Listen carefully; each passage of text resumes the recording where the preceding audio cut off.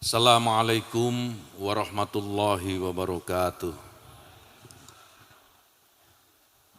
Alhamdulillahirabbil alamin.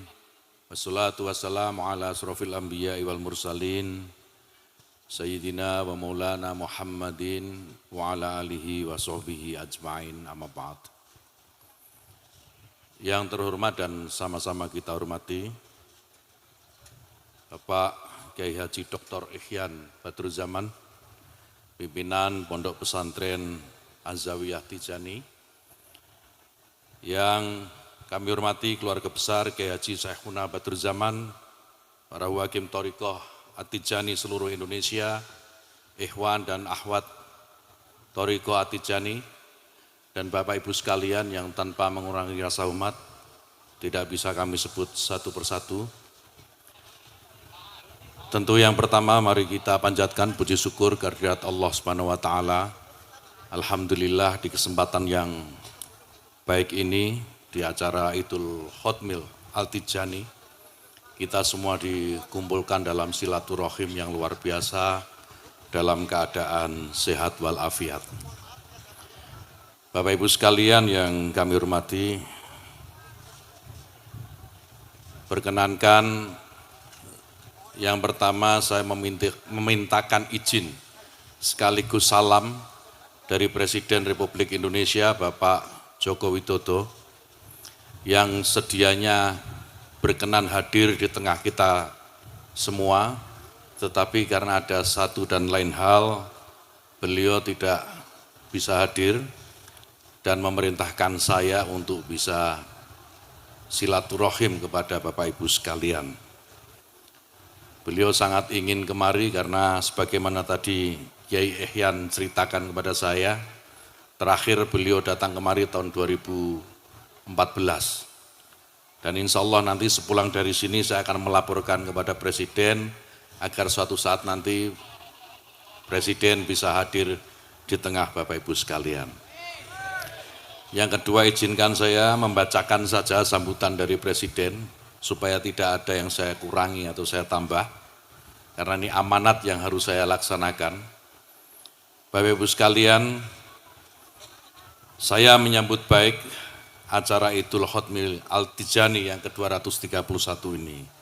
Pertemuan ini dihadiri oleh para pengikut dan pembimbing atau muqaddam Thariqat At-Tijani seluruh Indonesia, dan sangat penting bukan hanya untuk pengikut Thariqat Tijani, tetapi juga untuk bangsa Indonesia, sebagaimana tergambar dalam tema silaturahim, silatul fikri, dan istighosah untuk keberkahan dan keselamatan bangsa Indonesia. Sebagaimana dimaklumi, Thariqat Tijani ini didirikan oleh Siti Ahmad At-Tijani Al-Hasani, memiliki peran yang sangat penting dalam sejarah sufisme, terutama di wilayah Maghribi dan sekitarnya. Cendekiawan Muslim asal Pakistan, Fazlur Rahman menyebut model tasawuf yang dikembangkan oleh Syekh At-Tijani disebut sebagai neo-sufisme, yaitu tasawuf yang tidak hanya fokus pada urusan ukhrawi tetapi juga peduli pada persoalan-persoalan duniawi.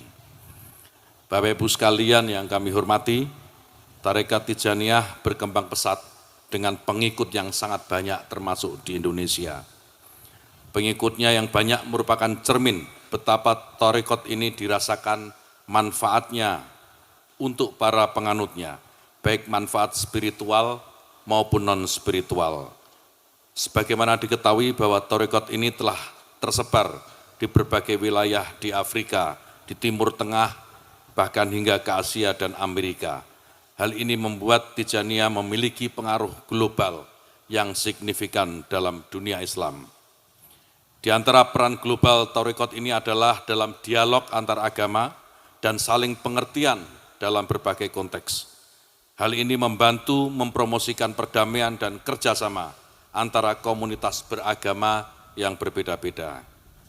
Sesuai dengan ajaran tarekat yang menghargai aspek sosial dan kemanusiaan dari agama, Tijaniyah terlibat dalam kegiatan sosial dan kemanusiaan seperti penggalangan dana untuk amal, pemberian makanan kepada yang membutuhkan, serta bantuan bagi yang kurang beruntung.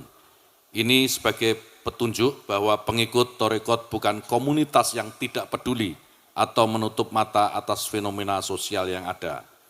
Di tengah perkembangan dunia yang pragmatis, peran tarekat sebagai pengembang kesadaran spiritual masih sangat penting untuk terus dihidupkan dan bahkan harus diperbesar. Tarekat ini dapat menjadi wasilah untuk makin dekat kepada Allah Subhanahu wa taala. Bapak Ibu sekalian, ini tadi sambutan dari Presiden Joko Widodo yang harus saya sampaikan kepada Bapak Ibu sekalian. Saya hanya ingin menambahkan sedikit saja Bapak Ibu, bahwa Indonesia sekarang ini memasuki tahun politik. Orang sudah mulai rame-rame bicara politik, bicara copras-capres, colak-caleg gitu ya. Nah tentu saya berharap tarekat Tijani ini mengambil peran yang lebih besar dalam tahun politik ini, terutama peran dalam mendamaikan umat. Bukan peran yang terlibat di dalam perebutan kekuasaan, tetapi bagaimana umat ini bisa tetap tenang, tetap teduh, tetap damai, meskipun berbeda-beda dalam pilihannya. Tentu saya juga berharap tarekat Tijani ini bisa menjadi contoh bagaimana memilih pemimpin yang baik, bagaimana memilih pemimpin yang benar-benar bisa dipercaya, bisa diberikan amanah untuk memimpin bangsa besar ini, bangsa yang memiliki keragaman, bangsa yang memiliki banyak keberbedaan yang menjadi kekuatan kita.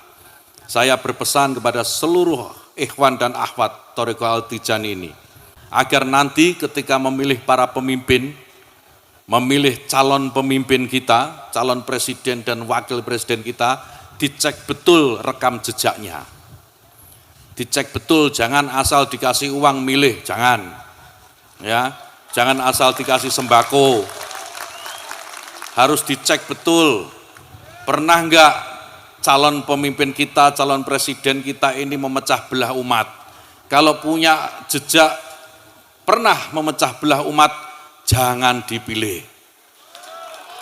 Kita lihat apakah pemimpin kita, calon pemimpin kita ini ya pernah menggunakan agama sebagai alat untuk memenangkan kepentingannya atau tidak.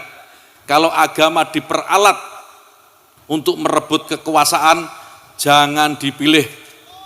Ya. Agama seharusnya melindungi kepentingan seluruh umat.